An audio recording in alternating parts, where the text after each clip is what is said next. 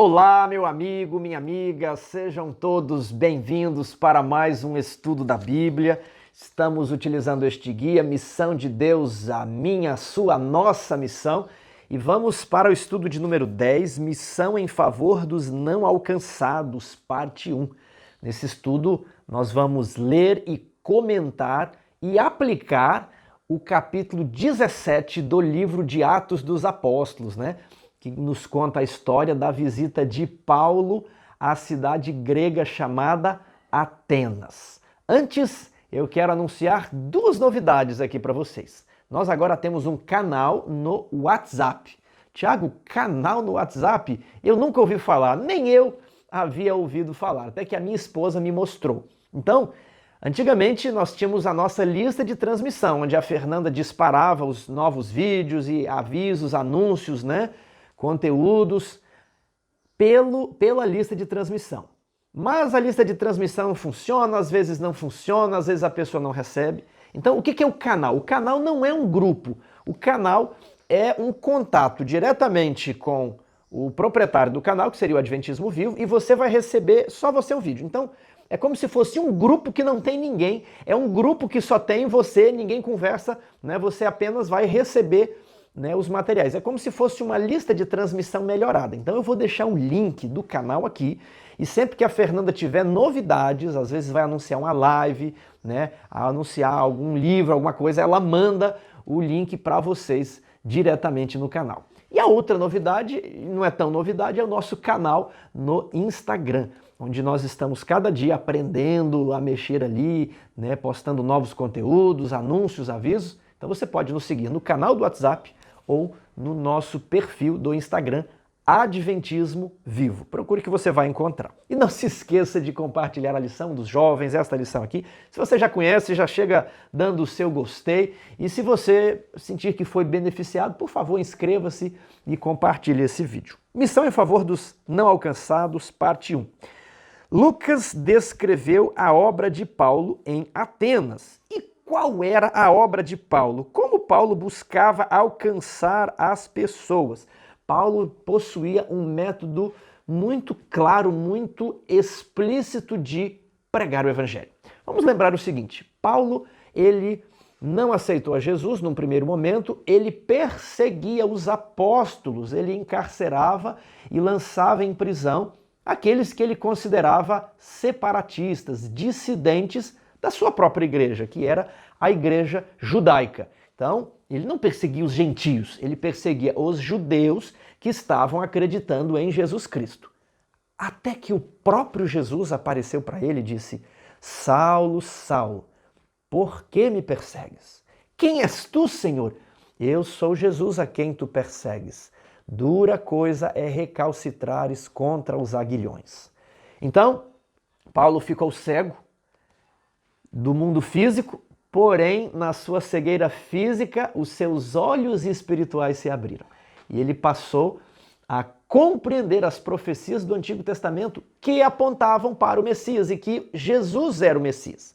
Então, depois de Ananias lhe restaurar a vista física, ele decidiu: vou anunciar o evangelho para os líderes da minha igreja, aqueles para quem eu trabalhava. Só que eles não aceitaram e Paulo teve de fugir de Jerusalém. Então, depois de conhecer Barnabé, Paulo teve a seguinte ideia: vamos passear por aí, vamos andar pelos países e em cada país nós vamos pregar o evangelho de Jesus Cristo para as pessoas da nossa igreja. Ele era da igreja judaica. O cristianismo não se entendia como uma outra igreja, pelo menos não no princípio. Eles se entendiam uma continuação do judaísmo verdadeiro. Eles se entendiam como o povo escolhido de Deus, como a igreja que detinha a verdade, ao passo que a liderança da igreja, o Sinédrio, Anás e Caifás, haviam se apostatado ou não reconheciam a Jesus, ou reconheciam apenas algumas verdades, mas não reconheciam a verdade para aquele tempo, que Jesus Cristo era o Messias.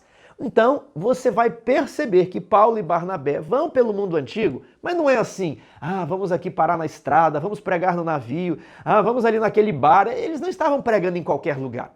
Em cada cidade que eles chegavam, onde que eles iam? Na igreja deles. Eles eram chamados de judeus do caminho. Então, os cristãos inicialmente não eram chamados de cristãos, era a seita do caminho, como se fosse um grupo de dissidentes do judaísmo. Mas Paulo sempre frequentava a igreja, a sinagoga, e ali ele chegava, imagine aí, com uma roupa bonita, terno e gravata, e os irmãos ali da igreja judaica perguntavam: ah, você da onde? Ah, eu sou lá de Jerusalém, estudei com Gamaliel. Ah, por favor, irmão, você pode, explanar a mensagem aqui hoje, né? Ele era um professor de teologia. E aí Paulo assumiu o púlpito daquela sinagoga. Sempre, sempre, sempre assim. Foi assim. Isso eu vou explorar na parte de domingo. E aí então, quando ele pegava o púlpito, ele pregava sobre as profecias, sobre o Messias. Ele falava das profecias de Isaías, das profecias de Daniel, das profecias de Jeremias, a primeira profecia lá em Gênesis 3,15, né?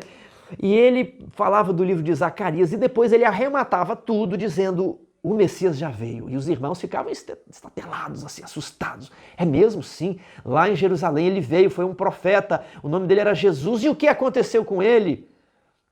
Ele foi morto pelos líderes da igreja em conluio com as autoridades romanas. E aí a igreja se dividia: ah, eu já ouvi falar de você, você é o pessoal que está pregando essas doutrinas estranhas. E outros ali da igreja falavam: não, deixa ele falar mais, vamos comparar aqui com a Bíblia. Não, ele aqui está contra a igreja. Não, e aí a sinagoga se dividia, né?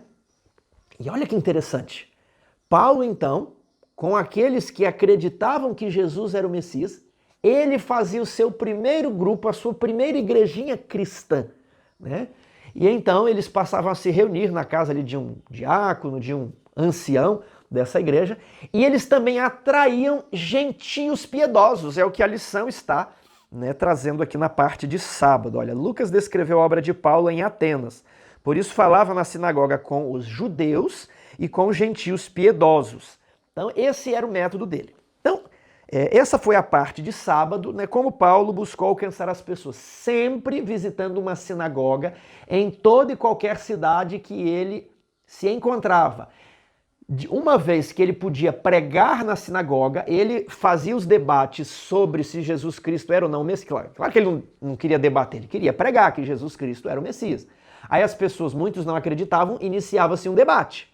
Até que aquele negócio podia redundar numa rejeição, de opinião ou em uma violência.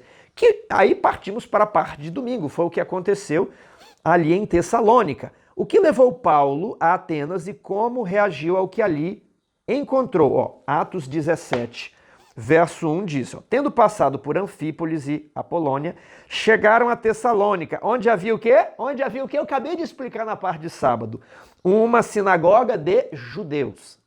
Paulo, segundo o seu costume, qual o costume? De ir para a sinagoga no dia de sábado, segundo o seu costume, foi procurá-los e por 3 sábados arrazoou, discutiu, debateu, conversou com eles acerca das Escrituras, expondo e demonstrando ter sido necessário que o Cristo em grego quer dizer o ungido. O ungido em hebraico, Hamashia, quer dizer o Messias, Hamashia, Messias, né? Então, Cristo em grego é o Messias, que é um termo em hebraico. Então, quando você lembrar de Cristo, quer dizer Messias, né? Então, era necessário que o Cristo, que o Messias, padecesse e ressurgisse dentre os mortos, e que este é o Cristo, Jesus, que eu vos anuncio. E aí o que acontecia? Verso 4. Alguns deles foram persuadidos e unidos a Paulo e Silas, bem como numerosa multidão de gregos piedosas e muitas distintas mulheres. Os judeus, porém, movidos de inveja, trazendo consigo alguns homens maus dentre a malandragem, ajuntando a turma, essa palavra é engraçada, dentre a malandragem, alvoroçaram a cidade, criaram um tumulto, que é isso? Olha o pessoal, tá vindo aqui dividir a sinagoga, E assaltando é tomar de assalto, quando um grupo de exércitos invade uma cidade ou um território, tomando de assalto, inopinadamente, de repente, entrando à força na casa de Jason, procuravam trazê-los para o meio do povo, porém não os encontrando, arrastaram a Jasão e alguns dos irmãos. Então houve uma perseguição aonde? Em Tessalônica, porque Paulo foi para a sinagoga, pregou e ali o grupo da sinagoga se dividiu, ele funda a igreja cristã, começa então agora a pregar para os gentios, e ali o povo não gostou, começou a perseguir. E agora o que Paulo fazia? Não, eu vou enfrentar aqui. Não, fugia e ia para onde? Para outra cidade. Fazer o que na outra cidade? A mesma coisa. Então essa era a mecânica de Paulo, ensinada por quem? Por Jesus. Quando ele tentou ir numa cidade e ele não pôde entrar, os discípulos queriam, manda descer fogo nessa cidade. Jesus falou, não, se nos rejeitarem nessa, vamos para outra. Se não nos deixam pregar nessa sinagoga, vai para outra. Jesus ensinou assim. Então muitas vezes os cristãos eles são perseguidos em uma cidade. O que Jesus falou? Se vos perseguirem na cidade A, se mudem para a cidade B e vão pregar ali. Quando vos perseguirem na cidade B, vocês vão se mudar. E esse era o método que os apóstolos seguiam, que Paulo e Barnabé seguiam, não é mesmo? Agora eu estou achando que aqui Paulo já está com Silas, né? Primeira viagem com Barnabé, segunda viagem com Silas. E então, eles fugiram para qual cidade? Verso 10. E logo durante a noite os irmãos enviaram Paulo e Silas para Bereia. E ali eles foram para onde? Ali chegados, dirigiram-se a, Atos 17, 10, a sinagoga. Ora, estes de Bereia eram mais nobres que os de Tessalônica, pois receberam a palavra com toda avidez, examinando as escrituras todos os dias, para ver se as coisas eram de fato assim. Mas essa profecia aqui de Daniel das 70 semanas, será que é assim? Vamos fazer um cálculo. Mas, e essa profecia de Isaías? E a virgem conceberá e dará à luz a um filho, um menino vos nasceu, um menino se nos deu, o principado está sobre os seus ombros, ele será chamado maravilhoso, Deus eterno, Pai da eternidade, conselheiro e príncipe da paz. Será que isso é assim? E o pastor será ferido e as ovelhas ficarão dispersas? Está lá em Zacarias. Então eles iam investigando todas as profecias messiânicas. Eles eram mais nobres que os de Bereia, que simplesmente acreditaram, e outros rejeitaram, não, eles foram investigar.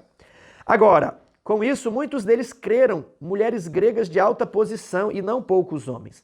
Mas logo os judeus de Tessalônica, onde houve aquele tumulto, aquela violência, os judeus de Tessalônica, eles descobriram que Paulo estava em Bereia, foram lá excitar e perturbar o povo. Verso 14. Então os irmãos promoveram sem detença a partida de Paulo para os lados do mar, porém Silas e Timóteo continuaram ali. Os responsáveis por Paulo levaram-no até Atenas e regressaram trazendo ordens a Silas e Timóteo para que o mais depressa possível também viajassem até Atenas, porque a gente não pode romantizar que era Paulo. Ele tinha ali os seus assistentes, os secretários, havia uma equipe ali de evangelismo, tudo bem? Jesus falou sempre de 2 em 2, nunca sozinho, sempre de 2 em 2 no mínimo. Então, respondendo à pergunta, o que levou Paulo a Atenas? A perseguição em Tessalônica e a perseguição em Bereia. E como Paulo reagiu ali? Vamos ver os versos 16. Enquanto Paulo os esperava em Atenas, o seu espírito se revoltava em face da idolatria dominante na cidade. Então ele estava como? Indignado diante da idolatria. E a lição coloca aqui que ele começou a debater com os filósofos nas praças. Porém, ele não fez isso antes de ir para onde? Toda cidade que ele chegava, eu expliquei para vocês, ele ia para um lugar, para a igreja dele. Então, olha lá. Segundo o seu costume, diz ali o texto, Mas vamos agora para Atos 17, 17. Por isso, Paulo, quando chegou em Atenas, dissertava na cidade entre os judeus, e entre os gentios piedosos, também na praça, todos os dias entre os que ali se encontravam. Primeiramente, entre os judeus e também na praça. Então, a lição coloca que Paulo não podia se aproximar dos atenienses da mesma forma que se aproximava dos judeus. Tá mais ou menos isso daqui. O que nós vamos ver é que Paulo ele não atacou os atenienses, mas ele também não atacava os judeus. Eles só apresentavam, olha, o pessoal lá da igreja, Anás e Caifás e o Sinédrio, estão sonegando informações de vocês. Se vocês estudassem a Bíblia, Espírito de Profecia, vocês iam perceber que os profetas apontavam para Jesus. E ao eles investigarem a Bíblia, uns ficavam contra outros, e uns criam ali que Jesus é o Messias. Agora, ele não tinha Bíblia para pregar. para os pagãos. Como é que ele podia fazer? Né? Como que ele ia fazer uma abordagem? Então, a lição diz que realmente ele testou uma abordagem em Atenas, uma abordagem, né, nova. Aqui seria necessária uma nova abordagem, mas ao final da lição eu peço que você fique conosco. Nós vamos avaliar se a abordagem de Paulo foi bem sucedida e o que ele pensou desse tipo de abordagem. Fique conosco. O que eu quero destacar aqui é que abordagem, nós podemos procurar abordagens novas. Podemos procurar estratégias novas, mas cuidado! Não devemos procurar novos métodos de evangelismo, porque os métodos nos foram passados por Jesus Cristo. Ide de 2 em 2 pregando a palavra. Pode ser nas mídias sociais pregando a palavra. Pode ser na igreja pregando a palavra. O que não dá é para mudar o método. Agora nós vamos tentar aqui um método de yoga, nós vamos tentar nos conectar aqui com Jesus por meio da oração centrante, por meio das vibrações, por meio da meditação. Aí não vale, aí não pode, porque o método é assim, Paulo repete o método para Timóteo.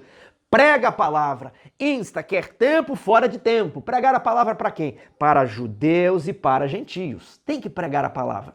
A abordagem pode ser diferente, olha, por meio da saúde, faz uma feira de saúde, né? Então, a mensagem de saúde é a cunha de penetração. E por falar de cunha, de mensagem de saúde como cunha de penetração, veja a lição de jovens que fala sobre a mensagem de saúde na história da Igreja Adventista.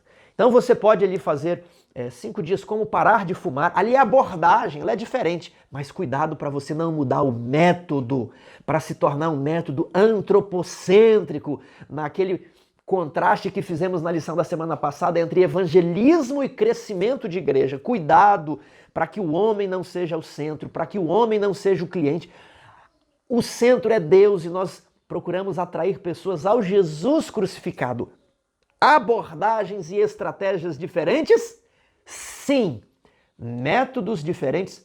Cuidado. Pode ser que você esteja se desviando do método contido na Bíblia e no livro que eu quero colocar aqui ao lado da tela, chamado Evangelismo, você pode comprar na CPB. Não tenho dinheiro, está no site da CPB de graça, você pode acessar lá. Inclusive, eu estou lendo que eu estou com um amigo querendo, pregar o evangelho e este crucificado. Eu já falei para o meu amigo, aliás, eu estou aprendendo muitas coisas com ele sobre evangelismo, de chegar na casa das pessoas, você vai num lugar e você, olha, tudo bem, bom dia, eu vim aqui trazer uma mensagem para você. Eu vim trazer aqui a mensagem da volta de Jesus. Como é que é? Você não gostaria de estudar aqui a Bíblia conosco? Meu amigo, dê linha à pipa, Solte, descarregue a linha, não fique ali segurando a pipa, senão a pipa não decola. Você já solta para a pessoa, eu estou aqui querendo falar sobre você para a volta de Jesus. Eu posso ler um texto bíblico? E aí você já vai dando a primeira mensagem angélica, Já engata ali um segundo estudo, porque não dá para a gente demorar. O evangelismo ele deve ser acelerado, devemos usar métodos agressivos. A irmã White usa muito essa expressão, Não devemos, olha, avance, devemos ser ligeiros, porque Jesus breve vai voltar, os acontecimentos estão aí, nós precisamos ser céleres, não podemos ser vagarosos. Então, vá de casa em casa pregando, já abrindo a situação, existe uma mensagem a ser dada, os acontecimentos estão aí, o juízo, a porta da graça vai se fechar. Então, estamos aqui testando algumas abordagens também, e abordagens um tanto quanto diretas, Olha, somos arautos do Rei dos Reis, do Senhor dos Senhores, somos suas testemunhas, somos seus discípulos. Estamos aqui querendo compartilhar uma missão. É claro que você vai chegar com todo jeitinho, com sorriso, mas temos de pregar o evangelho. Como? De casa em casa, pegue uma rua, um bairro, e comece, de preferência, perto de uma igreja, porque você tem um lugar para remeter as pessoas à igreja adventista do sétimo dia, não é mesmo? Então, pegue uma rua, pegue Bíblia, alguém vai te dar espaço, alguém vai querer ouvir mais estudos. Mas você pode voltar, enfim, o Espírito Santo vai guiar a cada um de nós, saindo como os apóstolos, de 2 em 2, pregando de casa em casa. Que maravilha! Segunda-feira, Paulo no Aerópago. Lê Atos 17, 18. De quais diferentes maneiras os pagãos na praça reagiram ao discurso e questionamento de Paulo. Vamos dar uma olhada aqui, Atos 17, 18.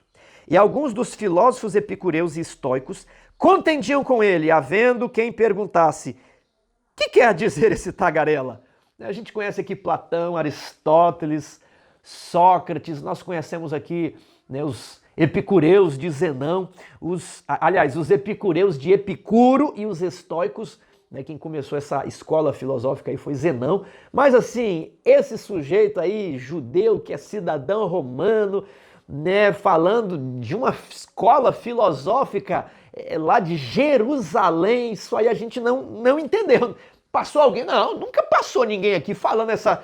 Mas assim, ele falou, não deu para entender que tá um barulho. Oi, para você de anunciar o pão, o pessoal tá na feira, tá muito barulhento aqui. Pera aí, ô Paulo, vamos fazer o seguinte, a gente aqui gosta de discutir, debater, vamos lá pro teatro, lá pro Aerópago, lá é bem ao ar livre, aqui tá longe do centro, aqui da feira. Vamos lá, e lá a gente vai te ouvir com calma, a gente faz perguntas, a gente entende os seus raciocínios. Então a ideia deles foi boa, foi uma ideia interessante, né? Imagina se toda casa que você batesse a porta, a pessoa, peraí, você tá na calçada? Vou te chamar para dentro, peraí, senta aqui. Como é que é mesmo esse negócio de volta de Jesus? Quer dizer que todo mundo vai ver Jesus voltar, não vai voltar em espírito? Me explica isso daí, me mostra na Bíblia. Né? Deixa eu ver com calma o que você está falando. Foi isso que fizeram. Então eu vou querer que a produção aqui que me ajuda, o nome dele é Benjamin, é meu filho, ele está editando a lição. Entreguei para ele editar a lição agora. Então, Benjamin, você vai colocar aqui uma imagem do Aerópago, né? Algumas imagens ali da Grécia. Existe até hoje o local onde Paulo foi pregar. E aí Paulo ficou na frente de todo mundo, existia acústica, e ele fez essa mensagem que nós escutamos aqui, que vai ser na parte de terça-feira. Mas respondendo à pergunta 2, de quais diferentes maneiras os pagãos na praça reagiram ao discurso de Paulo, né? Convidaram Paulo para ir ao Aerópago porque nunca haviam ouvido isso. Ali fala dos estoicos. Quem eram os estoicos? Eles eram uma escola filosófica que, olha, o mundo sempre é de ciclos, às vezes ciclos de abundância, ciclos de pobreza, então a gente não pode mudar o futuro, temos de nos resignar, é difícil, então não vamos murmurar, não vamos reclamar, você tem que se adaptar às durezas da vida. Né? Então eles valorizavam muito a virtude, a vida com a natureza, né? E nós temos agora os epicureus, que se destacavam pela busca ao prazer, muitas vezes são chamados de hedonistas, mas eles também eram práticos, gostavam da vida em meio à natureza. O que está acontecendo aqui? Sócrates, Platão e Aristóteles já haviam morrido, e eles escreveram muitos livros, Platão e Aristóteles, e eles foram muito teóricos. Eles criaram ali sistemas, cosmovisões, só que o povo nem estava estudando muito aquilo porque era difícil, eles meio que deram tempo ali em Platão e Aristóteles e o povo estava mais preocupado nas necessidades práticas da vida, no dia a dia, o nosso cotidiano. E ali você tinha os estoicos e epicureus que estavam lidando mais com o agora, com a vida concreta, né? Com a situação do homem. Então eles tinham posições acerca do Estado, acerca da alma, coisas mais do dia a dia, né? Então eles têm algumas semelhanças, algumas diferenças, e que não são tão perceptíveis. Não é que eles é assim, um era A, outro era B, não. Mas eu quero só entender, explicar para vocês que eles eram mais pragmáticos, essa é a palavra. E aqui, a lição cita Atos dos Apóstolos. Os mais sábios entre os seus ouvintes ficaram admirados ao analisar a argumentação de Paulo. Ele mostrou estar familiarizado com as suas obras de arte, literatura e religião. E a lição até faz um contraponto aqui. Esse contraponto ele é feito pela CPB aqui no Brasil, né? Quem escreveu o texto da lição escreve aqui em cima. Então essas notas de rodapé, até onde eu sei, são feitas pela CPB, pelos editores aqui no Brasil. Vamos para a terça-feira? Paulo e o Deus desconhecido. Paulo não menosprezou a falsa religião aos falsos deuses dos atenienses, não, mas ele encontrou pontos positivos. Então, o que Paulo estava fazendo na tentativa de alcançar aquelas pessoas para o evangelho? Partindo de um ponto conhecido deles para um ponto desconhecido. Então ele começou: senhores atenienses, percebo que em tudo vocês são bastante religiosos. Existe aqui o templo da grande deusa Atenas, existe o templo de não sei o que, existe o templo disso, e estátua e mais estátua na rua, né? E é importante termos religião. Agora, eu prego um Deus que inclusive ele tem aqui na Grécia. Eu vi ali um altar escrito assim, altar ao Deus desconhecido, né? O pastor Rodrigo tem até um vídeo explicando melhor essa parte arqueológica. Então é a esse Deus desconhecido, que talvez vocês não conhecem, mas ele está aqui, esse que eu gostaria de trazer para vocês. E Paulo passa a citar vários textos de filósofos gregos. Inclusive, se eu não me engano, quando ele cita como alguns dos vossos poetas têm ditos, porque deles somos geração, é um trecho de um filósofo estoico que ele está citando. Não vem ao caso a gente se aprofundar, né, em que cada texto que está falando, mas Paulo, ele citou algumas obras filosóficas para arrematar o seu discurso. Então, eu vou apresentar o arremate na quarta-feira. Vamos ler aqui, ó. Paulo reconheceu que o Espírito Santo poderia trabalhar com o tema da religião e então o explorou. Ele havia encontrado um ponto de discussão que despertaria o interesse deles. Então, a resposta da pergunta 3. Paulo partiu de um ponto conhecido, de um ponto em comum, para um ponto desconhecido, levando com lógica, argumento até um outro ponto que ele gostaria de apresentar. Quarta-feira, apresentando um novo Deus. Quando Paulo conseguiu a atenção dos pensadores, ele conduziu sua audiência para o céu. Que abordagem Paulo usou para alcançar aquelas pessoas? Então já comentamos, ele citou textos filosóficos conhecidos dos gregos. Quais são esses textos? Olha só. O Deus que fez o mundo e tudo que nele existe, sendo ele Senhor do céu e da terra, não habita em santuários feitos por mãos humanas. Faz sentido, né? E depois de um só fez toda a raça humana, para buscarem a Deus se porventura tateando o possam encontrar. Se bem que ele não está longe de cada um de nós. Eu acho isso aqui muito tocante. Porque em toda obra filosófica, se existe alguma sabedoria, se existe alguma gema de verdade, essa gema de verdade foi concedida pelo céu para aquele filósofo incrédulo ou mesmo ateu. Porque não existe nenhuma sabedoria à parte de Deus. Então, se existem gemas de sabedoria nos filósofos desta terra, elas foram concedidas pelo céu. Então, até mesmo as pessoas que nasceram numa religião pagã, elas podem, tateando na escuridão com olhos fechados, encontrar a Deus. Até mesmo por meio da razão. O problema é que os filósofos, em geral, torcem a razão humana, sob a justificativa de alcançar um conhecimento mais elevado, uma verdade superior, eles acabam distorcendo a razão, pervertendo a ciência, né? É isso que eles fazem. Sob o camuflar de uma grande sabedoria, eles acabam demonstrando que conhecem pouco de ciência e pouco da verdadeira sabedoria. Então, aqui na parte de quarta-feira diz que Paulo elogiou a consciência espiritual e a sinceridade deles, mostrou que havia estudado a crença deles, ele estava familiarizado com o que eles pensavam, isso é importante. Se você vai estudar a Bíblia com alguém de tradição católica, você precisa estar familiarizado com o que ele pensa e acredita. Você precisa estar familiarizado com o que um protestante ou que um evangélico pensa e acredita. Você precisa, se for estudar a Bíblia com um muçulmano, precisa estar familiarizado com o que ele acredita. Se você for estudar a Bíblia com um hindu, você precisa estar familiarizado com o que ele acredita. Isso é importante, Paulo estava familiarizado com o que eles acreditavam. Contou sobre a descoberta de algo que eles admitiam não entender e partilhou o aspecto de Deus de que precisavam. Paulo os levou para mais longe do conhecimento deles com base no que eles sabiam. Agora, quinta-feira, qual foi o resultado? Foi um bom resultado, um resultado péssimo, um resultado nulo? O que aconteceu? Vamos estudar aqui, ó.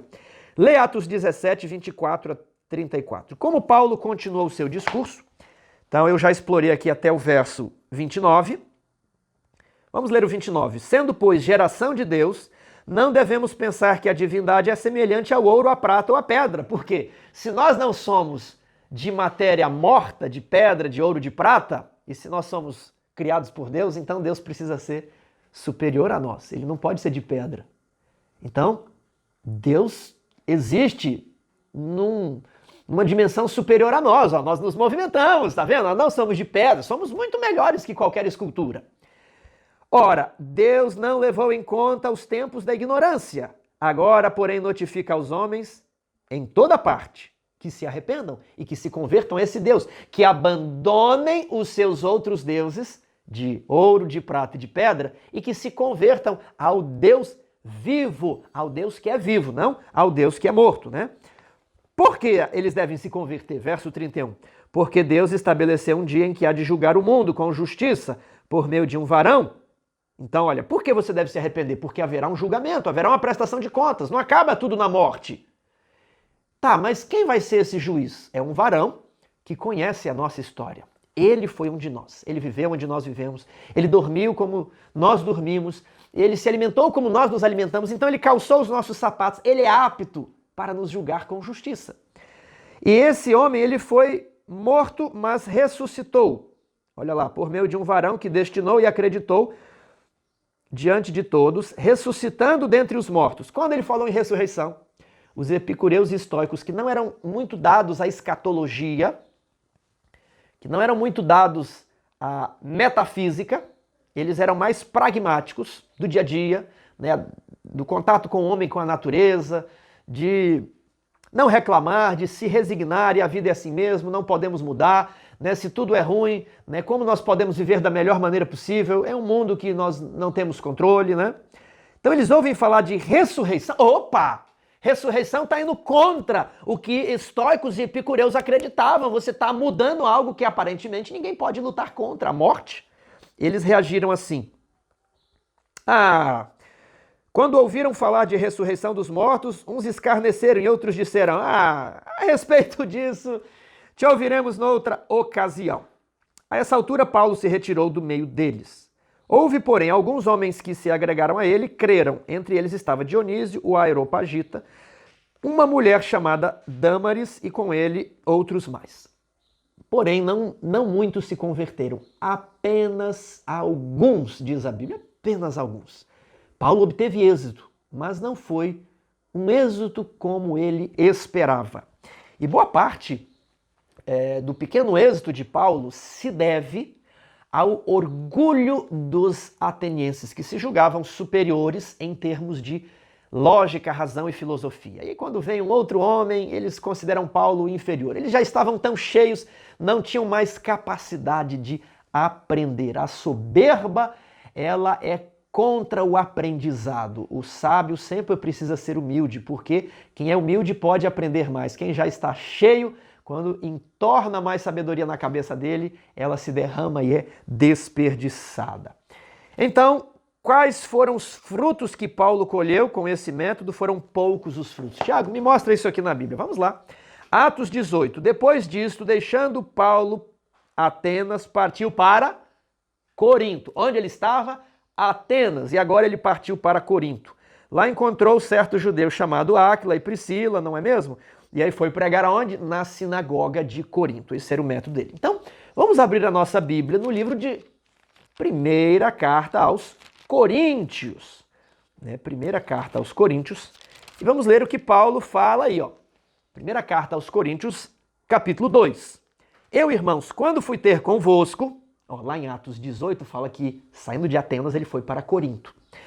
Eu, irmãos, quando fui ter convosco, anunciando-vos o testemunho de Jesus, não o fiz com ostentação de linguagem ou ostentação de sabedoria, porque decidi nada saber entre vós, senão a Jesus Cristo e este crucificado. E foi em fraqueza, temor e grande tremor que eu estive entre vós. A minha palavra e a minha pregação não consistiram em linguagem persuasiva de sabedoria, grande retórica, incrível oratória, mas em demonstração de espírito e poder.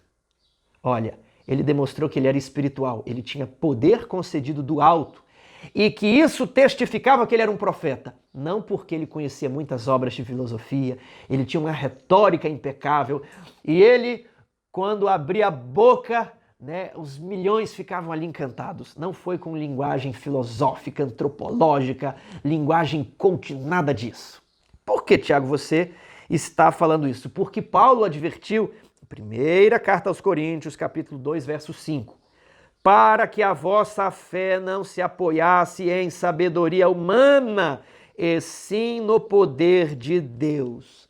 Meus queridos amigos, por muito tempo eu li Atos 17 e pensava, eu quero ser um homem sábio, eu quero ler as obras de Platão. Platão escreve sobre Sócrates, né? Sócrates não deixou o livro escrito. Então eu quero ler as obras de Sócrates, né, que estão preservadas em Platão. Eu quero ler os livros de Platão, eu quero ler Aristóteles, depois eu quero conhecer os filósofos, né, da Idade Média, os filósofos romanos, depois eu quero conhecer os filósofos medievais, Anselmo, Aquino, depois eu quero conhecer os filósofos modernos, não é mesmo? Eu quero conhecer os pós-modernos, Nietzsche, eu quero conhecer David Hume, eu quero conhecer os filósofos continentais e os de tradição inglesa. E eu passei a estudar, passei a comprar algumas obras, sempre pensando o seguinte: eu vou pregar para os homens doutos, sábios. Ah, mas eles não aceitam a Bíblia.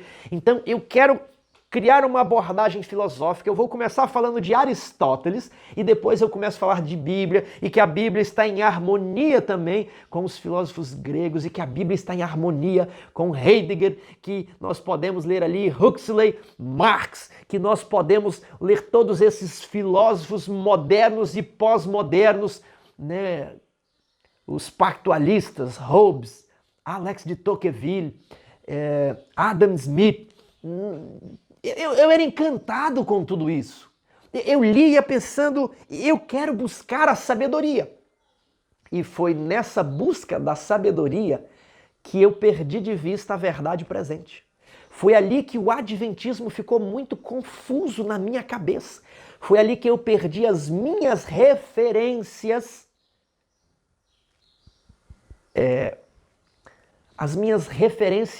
sobre a verdade. O que é verdade? É a pergunta que Pilatos faz a Jesus e que Pilatos nunca ouviu a resposta. O que é verdade?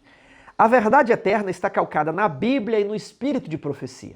Mas por vezes, quando lemos a Bíblia e o espírito de profecia, nós caímos na tentação de querer melhorar, de dar uma roupagem mais bonita, mais refinada, mais elegante, mais filosófica, com com linguagem persuasiva de sabedoria, com ostentação de linguagem. Aqui está o ovo da serpente. Aqui está onde nós nos desviamos e começamos a pensar que nem tudo que Ellen White escreveu é inspirado, nem tudo que a Bíblia escreveu é inspirado, e aí você quer começar a conhecer os filósofos alemães, os filósofos holandeses, os filósofos da Idade Média, e aí, porque teologia hoje, na verdade, é uma filosofia de religião, não é a exposição pura e nua da Bíblia. Quem dá um passo atrás são os pioneiros adventistas, por isso que não existe livro de teologia no início da Igreja Adventista. A nossa teologia sistemática, coloque aqui na tela o produtor, é o livro Estudos Bíblicos. Ali que é a nossa teologia sistemática. Então, eles por meio de verso com verso, comparando verso com verso, aqui era a teologia. Eu não condeno o estudo de teologia. Tenho muitas obras de teologia na minha casa. Mas sempre se lembrando que os teólogos e os doutores foram os que confundiram tudo. Ali no 3º século depois de Cristo. Como que eles absorveram a imortalidade da alma de Platão? Como que eles absorveram a impassibilidade de Deus? Os 2 primeiros erros e principais erros que moldaram toda a igreja cristã e que eles beberam na filosofia. Querendo apresentar o simples evangelho de Cristo em linguagem persuasiva de sabedoria, em ostentação de retórica para os romanos. Então, ao eles se utilizarem da filosofia da época para refinarem o evangelho e apresentarem para os romanos, a igreja cristã primitiva se corrompeu e absorveu da filosofia grega a imortalidade da alma e a impassibilidade de Deus. Depois você procura o que é isso. Mas a impassibilidade de Deus diz que Deus não é pessoal, não tem forma humana, não se mexe porque ele é perfeito, se ele mexer ele deixa de ser perfeito. Então ele é uma energia ali, impassibilidade de Deus. Isso está no âmago das igrejas cristãs hoje, imortalidade da alma e impassibilidade de Deus. Então, o adventismo deu um passo atrás. Opa, é só a Bíblia. Por isso, hoje, o que você precisa saber é dominar bem isso aqui. Você não precisa ficar lendo filósofo alemão, filósofo inglês, filósofo americano, teólogo disso e ficar recitando, porque você vai ficar confuso. Você vai perder o seu referencial de verdade, a sua âncora. Aí você aprendeu tudo ali na teologia que Abraão não passou no meio dos animais. Aí você vai ler lá Ellen White diz que Abraão passou no meio dos animais. Aí você começa a desconfiar do profeta. E em Efésios e em Coríntios, o profeta está acima do teólogo. Eles falam assim, mas Ellen White não era teóloga.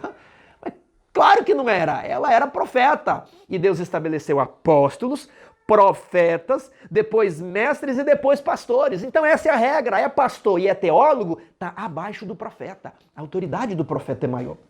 Então, eu vou falar de mim. Você começa a estudar teologia e todo mundo bebe vinho. E aí você vê ali que os adventistas não bebem vinho, você falar que eles não avançaram na teologia, a teologia deles é muito fechada, vou beber vinho. Aí você lê que Ellen White fala, o vinho que Jesus fez foi o puro suco da uva. Aí você começa a desconfiar. Aí você começa a ir para autocrítica. Ó, talvez esse verso aqui não seja inspirado na Bíblia. Talvez isso aqui, talvez e talvez. E aí você passa a duvidar de tudo. E aí você perde o seu referencial, que é a Bíblia. E a Bíblia deixa de ser a palavra de Deus para a Bíblia conter a palavra de Deus. E aí você vai atrás de filosofias deste mundo feminismo, e você vai atrás das filosofias do homossexualismo, da igreja emergente, do marxismo, porque você ficou confuso, você perdeu o seu referencial, porque você estava, como eu, buscando nos sábios homens deste planeta a verdade. E pregar o evangelho por meio da sabedoria humana, que Paulo, ele volta atrás em Corinto. Tiago, como é que é isso? Escutem esse texto que eu vou ler para vocês agora. Ele se encontra lá em Atos dos Apóstolos, página 135, edição online. Em sua pregação do evangelho em Corinto, o apóstolo seguiu um sistema diferente do que assinalara seu trabalho em Atenas. Neste lugar, procurara ele adaptar seu estilo ao caráter do seu auditório. A lógica, Paulo opusera a lógica. Responder à ciência com ciência. A filosofia, Paulo respondeu com filosofia, considerando o tempo assim gasto e concluindo que seu ensino em Atenas fora pouco produtivo. Repita comigo, o seu ensino em Atenas fora o quê? Pouco produtivo. Repita isso na sua classe de escola sabatina. O seu ensino em Atenas foi o quê?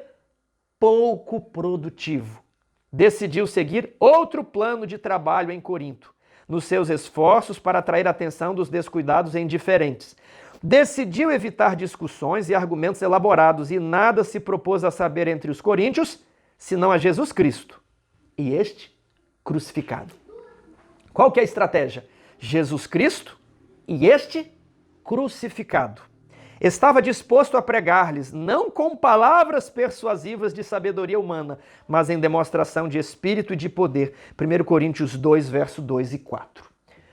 Meu querido irmão, não cometo o mesmo erro que eu já cometi e meus pés quase resvalaram, quase eu caí completamente, desacreditando de todos os sistemas de crença muito bem montados, dessa firme plataforma que é a verdade presente para os últimos dias, dessa coisa linda, dessa teologia maravilhosa que é o adventismo. Só que essa teologia do adventismo precisa ser bíblica. Se você começar a ir para muitos comentários, doutores, teólogos, você vai negar as mais claras verdades bíblicas. Então, aqui eu vejo até essa notinha de rodapé na segunda-feira muito sábia, feita pela CPB. Depois da experiência com pagãos e filósofos em Atenas, Paulo escreveu. Quem fez isso foi a Casa Publicadora. Porque decidi nada saber entre vós a não ser Cristo Jesus e este crucificado. Jesus deve estar no centro da mensagem que buscamos alcançar a todos? Deve estar. E como é pregar Jesus e este crucificado? Eu não sabia. Eu achava que é só falar Jesus, Jesus, Jesus morreu por você. Isso às vezes é brega e hoje entra nesse ouvido e sai nesse ouvido. Você precisa demonstrar quem era Jesus antes da encarnação. Então você começa falando sobre o grande conflito, sobre o conflito entre Satanás e Cristo lá no céu. Por que esse conflito começou? E esse conflito vem para a terra. E Jesus havia criado Adão e Eva. Jesus sempre está presente. E aí Satanás conseguiu afastar de Jesus Adão e Eva, submetendo-os à mais cruel escravidão, submetendo-os à morte neste planeta.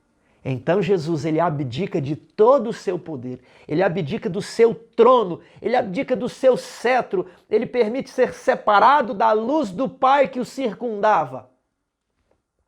para se tornar um humano, como Adão e Eva. Para entrar na descendência de Adão e Eva. Veja só, Satanás falou, agora eles são meus, você não pode fazer nada. Eles escolheram a mim, você não pode interferir. Você fica muito falando aí, Deus, da lei, mas eu queria ver você aqui embaixo, dentro do ringue. E ao Jesus entrar dentro da descendência de Adão, ele entrou no ringue. Ele mostrou que é possível obter a vitória. O homem jamais conseguiria e jamais conseguirá em suas próprias forças. Mas olhando para Cristo, ele vai obter a vitória. Como assim olhando para Cristo? Você precisa expor a vida de Jesus, sua humilde infância, o seu trabalho na carpintaria, a sua vida, o seu ministério, como ele ajudou o órfão, a viúva, o leproso, como ele foi zeloso, como ele viveu uma vida de sofrimento aqui. Ele era uma pessoa bondosa, você precisa criar esse quadro, você precisa mostrar esse Jesus. Em seguida você vai falar de como Jesus foi preso injustamente, de como ele foi traído por um amigo, Judas. E você precisa ir despertando no coração das pessoas o sentimento que Jesus sentiu, porque ele era humano, ele continua sendo humano. E você vai mostrar como ele foi preso, como ele foi açoitado, como ele foi levado a julgamento cruel e injusto e não abriu a sua boca, como depois ele foi crucificado. Isso é apresentar Cristo e este crucificado. Isso é que você pode fazer uma semana de oração, não é apenas rapidinho. Então você vai mostrar como ele morreu, como os discípulos sofreram, e aí termina tudo com a sua gloriosa ressurreição, trazendo esperança que, ainda que um cristão seja perseguido, maltratado, injustiçado e martirizado, ele vai ressuscitar com Cristo e ele receberá a mesma glória de Cristo. Isso é pregar a Cristo e este crucificado, sendo direto. Paulo não cometeu nenhum pecado ao fazer aquela abordagem. Você pode, por muitas vezes, criar abordagens diferentes. Mas Paulo viu que ele gastou muito tempo, ele tentou e não colheu nada. Aliás, e não colheu muito como ele esperava, ele colheu pouco. Ele colheu, então não foi pecado que Paulo fez. Mas ele mesmo falou, existem maneiras melhores de eu apresentar direto a Cristo e este crucificado. Porque quando as pessoas olham para Jesus, o coração delas se quebra. Essa é a magia de apresentar a cruz. Ao você apresentar o Jesus, que não deveria estar aqui, que abdicou de tudo, do cetro, do trono, da coroa, e se arriscou a perder tudo, que se arriscou a sofrer a morte eterna, você desperta simpatia no mais vil pecador, no mais cruel criminoso. E você pensa, por que ele fez isso por mim? Por que ele veio aqui? Eu não merecia. E você vai falar, foi por você. E toda vez que você achar que é muito difícil, quando você olha para o Jesus Cristo na cruz nu, o seu coração é quebrado. Por isso que ele, quando for levantado da terra, atrairia todos a ele. Essa é a pregação. Mostrar o Jesus levantado na cruz e mostrar para ele, você pode resistir mais porque ele resistiu. Você pode se abdicar da sua alimentação porque ele abdicou da dele. Você pode abdicar dos prazeres deste mundo porque ele abdicou do lar celeste dele. Você pode ser martirizado e sofrer e ser fiel até a morte, porque ele foi. E muitos outros cristãos antes de nós também foram mortos. O cristão não deve ter medo da morte. Isso é apresentar Cristo e este crucificado. E essa passou a ser a metodologia de Paulo. Eu aviso isso porque eu temo que nós, como adventistas, estamos esquecendo de mostrar a Bíblia em sua simplicidade. De abrir aquele livro publicado pela Casa Publicadora Brasileira, os Estudos Bíblicos, e fazer cada estudo ali com a igreja, na classe pré-batismal, na classe pós-batismal, e educar as pessoas. Pega um texto, vira para lá. Sabe o que os teólogos de hoje dizem? Isso aí é um método primitivo de estudar a Bíblia. Isso aí é o texto prova, batendo o texto com o grego. Você tem que ter erudição, você tem que conhecer as línguas antigas, você tem que ler os grandes pensadores. E querem às vezes ridicularizar o ancião da igreja, que não sabe grego ou hebraico, ridicularizar o obreiro bíblico que está ali treinadinho nos versos bíblicos. Mas, querido irmão, essa simplicidade de que nós precisamos. Você pode estudar, eu estudo grego e hebraico, não sou contra isso. O problema é a arrogância, é querer dizer que para pregar o evangelho você precisa ter ostentação de linguagem persuasiva ou uma teologia muito incrementada. Isso é um erro. Olha o que Paulo diz aqui em 1 Coríntios 4:20. Porque o reino de Deus consiste não em palavras, mas em poder. aquele irmãozinho simples, de pouca leitura da Bíblia, que não tem muitas palavras corretas, que não tem retórica irrepreensível, mas aquele irmãozinho de oração, de poder, é este que vai pregar o reino dos céus. Aquele obreiro de pouco estudo, mas de muita oração, cheio do Espírito Santo, é esse que vai fazer avançar o Evangelho. Porque o reino de Deus não consiste em palavra, em teologia, em filosofia, mas no poder do Espírito Santo a mover aquele pregador a apresentar Cristo e este crucificado. E esse trabalho vai redundar em uma grande colheita, em muitos frutos. Eu temo, irmãos, que nós adventistas estejamos nos esquecendo desses métodos simples que nos fizeram chegar até onde chegamos. E querendo aprender com igrejas emergentes, com as mega churches, com as técnicas antropocêntricas de crescimento de igreja, onde tem que mudar o púlpito, colocar ali um barril, um latão, no lugar onde a igreja agora tem que ser preta, onde o louvor tem que ser daquele tipo, onde eu tiro do púlpito, aliás, onde eu tiro da plataforma os componentes da plataforma e o púlpito e coloco ali no lugar uma banda. Onde eu quero pensar que para o Evangelho prosseguir eu tenho que mudar completamente a igreja. Meu querido amigo, o reino de Deus consiste não em igreja pintada, não em palavra de sabedoria, não em teologia profunda, não em sermão com meio social, coach, não em nada disso. O reino do céu consiste em poder. Você precisa ter o poder do Espírito, senão nada vai adiantar nada. Então, eu vejo que hoje em dia as pessoas estão querendo fazer muito programa, muita coisa e mais invenções e criatividade, e tira o púlpito, coloca um barril, mas agora nós vamos pregar o Evangelho para o mundo, porque pintamos a igreja de preta, tem agora uma bateria, uma guitarra e um coro, agora vai. O reino de Deus não consiste nessas coisas. O reino de Deus consiste em poder. O reino de Deus, a pregação consiste em um que Paulo, eu vou ler o texto, eu não me contenho, eu vou ler, tá? Na segunda carta a Timóteo, capítulo 4. Conjuro-te perante Deus, Cristo Jesus, que há de julgar vivos e mortos pela manifestação do seu reino. Paulo está conjurando não apenas a Timóteo, mas a todos os fiéis obreiros depois dele, anciãos de igreja, pregadores, pastores, líderes, administradores, comportores. Conjuro-te, prega a palavra, insta, quer seja oportuno, quer não, corrige, repreende, exorta com toda longanimidade e doutrina, pois haverá tempo em que não suportarão a sã doutrina. Pelo contrário, cercar-se-ão de mestres, de teólogos, de filósofos, segundo as suas próprias cobiças, como que sentindo coceira nos ouvidos, e se recusarão a dar ouvidos à verdade, entregando as fábulas. Mas o que o apóstolo Paulo diz para você e para mim, pregadores do Evangelho: tu, porém, sê sóbrio em todas as coisas, suporta as aflições, faze o trabalho de um evangelista, cumpre cabalmente o teu ministério. Querido pastor, ancião de igreja, pregador, cumpra cabalmente o teu ministério. Esse é o nosso desafio. Ler a palavra, explicar a palavra e aplicar a palavra. Podemos estudar teologia, as línguas gregas, não sou contra nada disso. Mas, em primeiro lugar, precisamos saber manejar bem a Bíblia. Os homens hoje estão entregues às fábulas, estão sentindo coceiras nos ouvidos e se cercando de tudo mais. Mas o nosso dever é apresentar Cristo e este crucificado, porque Ele disse: quando for levantado da terra, atrairei todos a mim. Unicamente o amor de Cristo, unicamente o Cristo esmagado e quebrantado na cruz, pode abrir o coração dos nossos ouvintes. Por pior que ele seja, argumentos e filosofias não resolverão, debates não ganharão pessoas para Cristo. Mas o amor de Jesus apresentado é o único que pode abrandar o orgulho e a soberba, é o único que pode bater a porta e esperar que o dono daquele coração abra a porta pelo lado de dentro. Cristo e este crucificado. Que Deus os abençoe.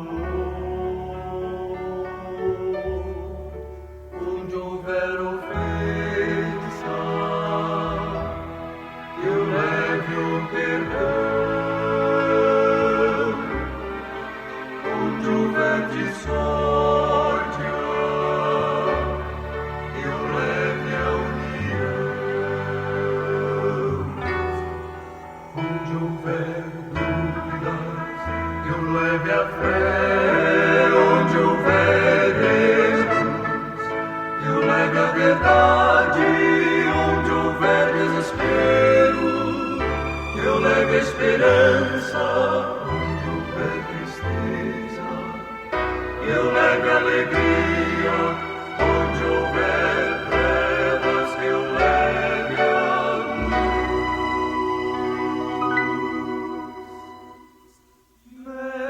Mestre, faz de que eu procure mais consolar que ser consolado, compreender que ser compreendido, amar que ser amado.